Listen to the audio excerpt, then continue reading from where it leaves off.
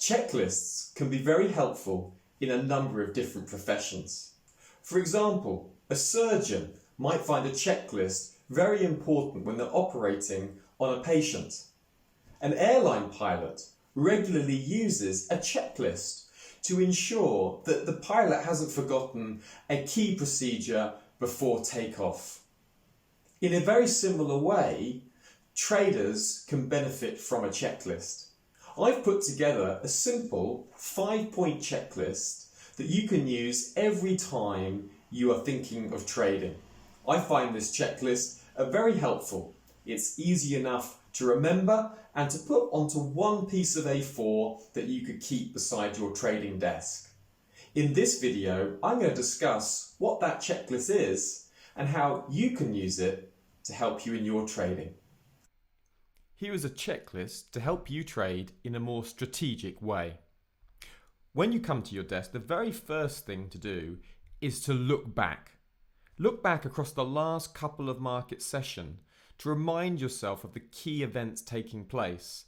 And the simplest way to do that is to read a couple of session wraps and see what key market events have been happening over the Asian session, over the London session, over the US session.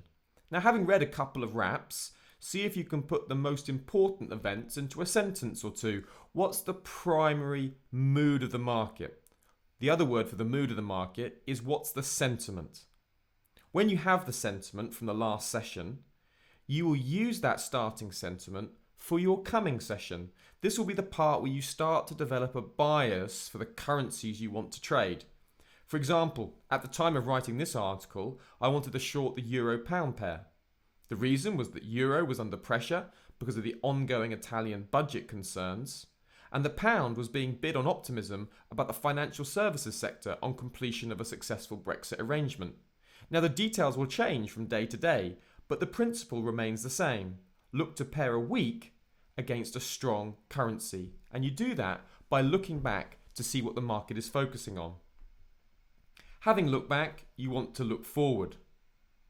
Now, look forward for any significant events coming up.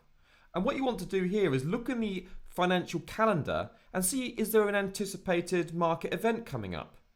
If there is, then you must be aware of it, as price will often be contained within a tight range before widely anticipated data is released. As the session plays out, you'll also be looking for opportunities that present themselves from data releases, as that changes the present mood of the market. The third thing to do is to look at the charts. By now, you should have developed a currency pair to trade, and now you want to look for key places to enter. Now, this is where you apply your technical analysis. How will you enter the trade? Will you wait for a pullback to a moving average? Maybe a pivot point? Perhaps you'll wait for a movement up to a 100, 200 moving average. The technical analysis system that you use is not the most important thing here. The issue is that you've chosen a commodity or a currency pair to trade, and the issue here is where you will enter and exit that trade. Fourthly, look at your risk. One of the most important parts of maintaining a successful trading career is managing your risk effectively. As you take your trade, you want to ensure that your risk level is not making it hard for you to trade.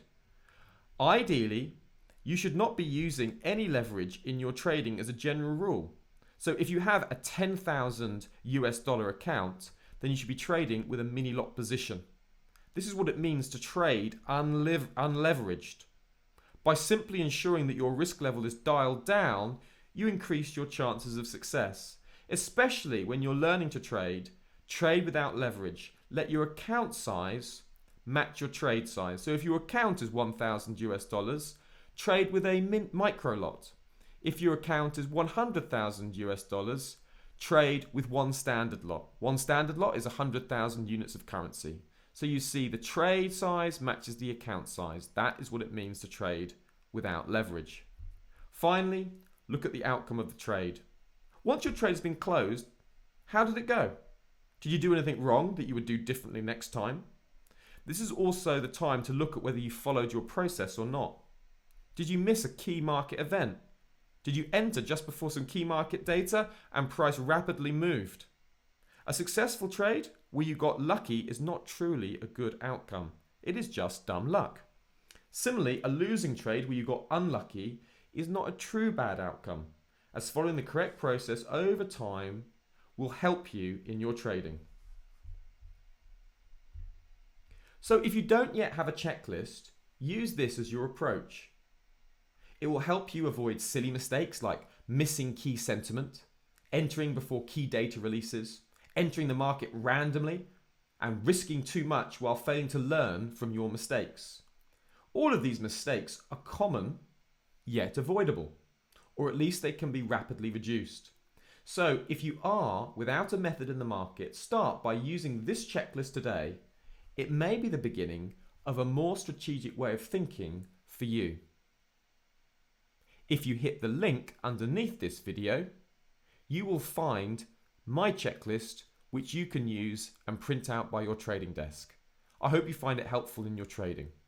If you've enjoyed this video, please give it a like and share it to anyone who you think might benefit from it.